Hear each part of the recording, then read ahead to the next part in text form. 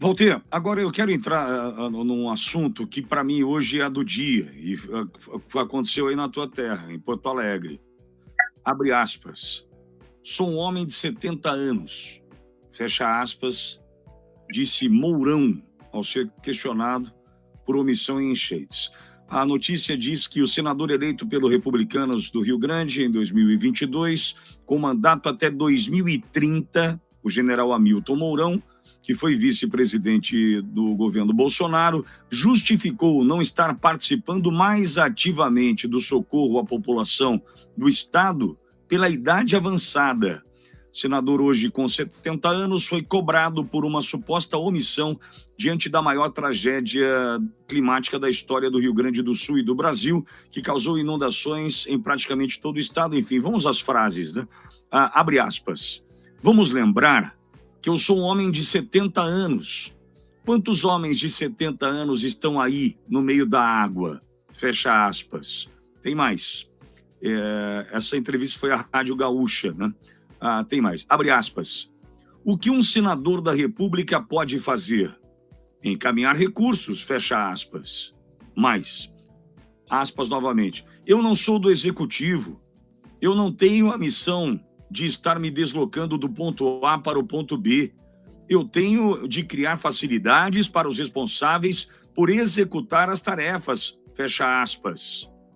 Mais uma frase. Abre aspas, o contato direto com a comunidade é do vereador. Logo depois, você tem o deputado estadual, o deputado federal e então o senador, que representa o estado como um todo. Eu tenho uma responsabilidade perante o estado como um completo e não apenas a comunidade localizada, fecha aspas. Tem mais, Walter. Aspas novamente. Eu não vejo isso como minha função. Eu estaria tendo um desvio de função. Esta é a minha visão, fecha aspas, concluiu Hamilton Mourão. Walter. É difícil esse assunto. A primeira questão é a seguinte, Pitoli. Antes de fazer qualquer raciocínio com relação a isso, eu quero dizer que eu não reconheço autoridade nos jornalistas que o entrevistaram. Okay. Com todo respeito. Você conhece. Eu acho o seguinte, eu conheço os donos da RBS TV aqui. São da comunidade judaica do Rio Grande do Sul e tenho relação com eles. Eles se afastaram da linha editorial dos veículos. A RBS TV aqui é afiliada da Rede Globo. E as pessoas que entrevistaram o general Hamilton Mourão, em mais de uma oportunidade, mostraram que tem um comprometimento com outro lado que não é o nosso. Esse é, acho que o preâmbulo do raciocínio que tem que ser feito. Né? Okay. Depois, o general Mourão, infelizmente, trouxe para ele, a partir de um posicionamento que ele se equivocou, foi aquele no final do ano passado, quando terminou o governo, ele falou da história da democracia pujante e fez aquela manifestação em cadeia de rádio e TV, e foi uma coisa que, acima de tudo, se voltou contra ele. Eu estava em Rio Grande, que é a cidade que também foi atingida aqui pelas enchentes, e nós estávamos num almoço na Associação Comercial e Industrial de Rio Grande, quando toca o telefone, e o general Mourão disse assim, olha, eu tenho que ir para Brasília porque eu tenho reunião com o presidente Bolsonaro. E aí saiu dali às pressas, foi para Brasília na eleição. E o presidente Bolsonaro no dia seguinte, e a gente sabia que a relação tinha sido tumultuada ao longo do tempo, dos 4 anos de mandato, né? Mas o presidente Bolsonaro no dia seguinte faz um pronunciamento no programa de rádio e televisão do Republicanos e pede voto para o então vice-presidente, candidato ao Senado Hamilton Mourão. E há um outro movimento aqui no estado que fez com que uma ex-colega minha, hoje ainda vereadora, comandante Nádia, que era candidata ao Senado, também renunciasse. E acho que ela participa, inclusive, às vezes contigo lá na Ouro Verde, minha amiga. E aí a Nádia renunciou e também deu o seu apoio ao general Mourão. Nesse contexto todo, as pessoas atribuem, e com razão, eu acho que grande parte da eleição do general ao próprio apoio do Bolsonaro. Né? A direita se uniu no intuito de apoiá-lo. É também porque o candidato da esquerda era o Olívio Dutra, que foi, no meu entender, é um homem sério, não estou colocando em xeque a sua dignidade pessoal, mas é um homem absolutamente equivocado no seu posicionamento político. E o Olívio Dutra foi um dos caras que é responsável aqui por um dos capítulos mais terríveis da história do Rio Grande do Sul, que foi mandar embora daqui. O Olívio Dutra expulsou fora do Rio Grande do Sul, numa visão fundamentalista de extrema esquerda. O Olívio era o candidato contra o Mourão. E o Olívio ainda lançou a ideia de fazer um tal do mandato coletivo, esse que era um mandato que ia ser uma parte dele, uma parte de um outro vereador do PSOL. Então, para evitar o mal maior, e também porque a direita havia se mobilizado em torno do senador Hamilton Mourão, o senador foi eleito. Quando o senador faz aquela fala em cadeia nacional, grande parte das pessoas se sentiu traída por aquilo, né? E se levanta contra o senador hoje, primeiro, o ódio natural da extrema-esquerda. Isso, né? Que a gente está vendo o sentimento, e mais do que o sentimento, as ações dessa gente em relação a nós, o que eles são capazes de fazer. E depois, a decepção contra o próprio senador do seu lado, da direita.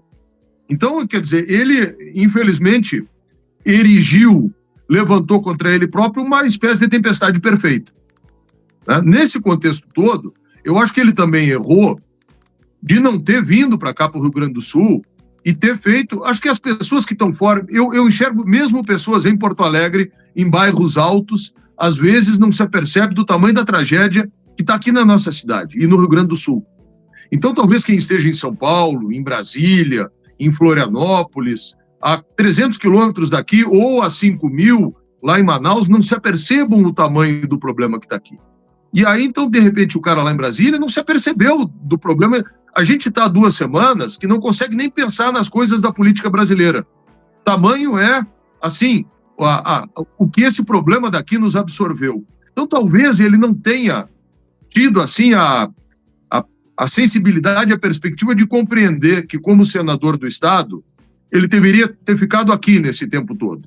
Então, mais um raciocínio. Acho que é injusto 2 questões. A primeira, não é só ele que é o senador do Estado. Nós temos o senador Paulo Paim, que eu acho que está há 3 mandatos no Senado da República, que é o senador do PT, e que praticamente é um senador que não aparece nunca. O senador Paim está há 20 e tantos anos no Senado da República. 20 e tantos anos no Senado da República. Eu nunca vi o senador Paim envolvido, e nem agora. Eu vi lá fazer uma fala, mas eu também não vi o senador aqui na rua. Também não vi o senador carregando, talvez não seja a função de um senador, ok, carregando cesta básica, ou dirigindo um barco, ou coordenando um ponto de resgate, ou fazendo como a gente estava fazendo e tu me ajudou, vai lá no resgate, está faltando luz, liga, pega o telefone, liga, está lá na ponta, sentado na cadeira, olhando aquele troço como um general, né?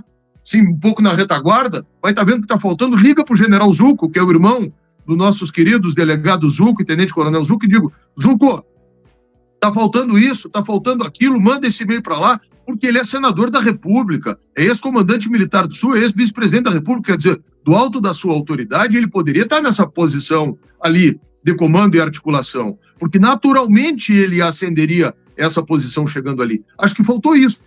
Mas os outros 2, que é o senador Luiz Carlos Reins, e que é do nosso lado também da direita, ligado ao agronegócio, e o Paulo Paim, que é da esquerda, eu não vi aparecerem aqui. Não vi.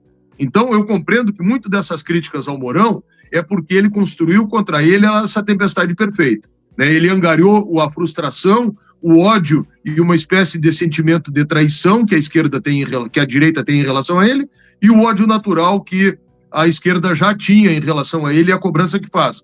E é uma cobrança nesse aspecto injusta, porque não faz com relação aos outros, faz em relação a ele só.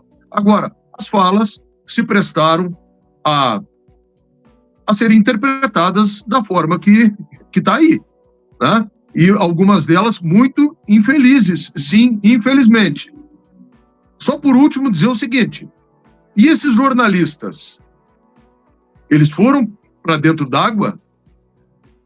E eles vão dizer a mesma coisa, mas não era o meu papel. O papel deles é estar lá dentro do estúdio. Então talvez tenha faltado tirocínio, talvez tenha faltado presença de espírito, né? E essa consciência de que é o seguinte, quando a gente vai entrar numa disputa retórica, como ensinava o Schopenhauer, né? Com os adversários, e vai jogar no campo do adversário, a gente tem que estar preocupado com esse tipo de armadilha. O cara já está com essa circunstância toda no entorno dele. E aí, né, se expõe, o cara que vai para baile de cobra tem que entrar de perneira, né?